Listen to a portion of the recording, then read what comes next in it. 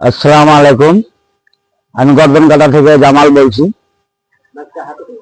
আমার ভাতিজির যাচ্ছিল শ্বশুর বাড়ি। এবার শ্বশুর বাড়ি যেতে যেতে মোটর সাইকেলে যাচ্ছিল, আধার কার্ড আজিত সামান রাস্তাতে পড়ে গেছে। কোন ভাই, কোন দাদা, কোন বোন যদি পেয়ে থাকেন, অনুরোধ করে বলা যাচ্ছে, আমি মোবাইল নাম্বার দিচ্ছি, এই মোবাইল নাম্বারে আমাকে যোগাযোগ করবেন।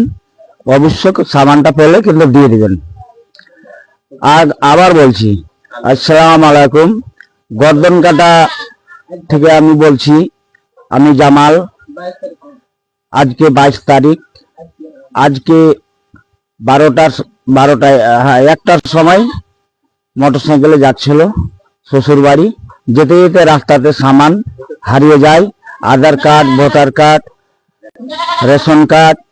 এবার আজও তো সামান ছিল, সেই সামান রাস্তায় পড়ে গেছে।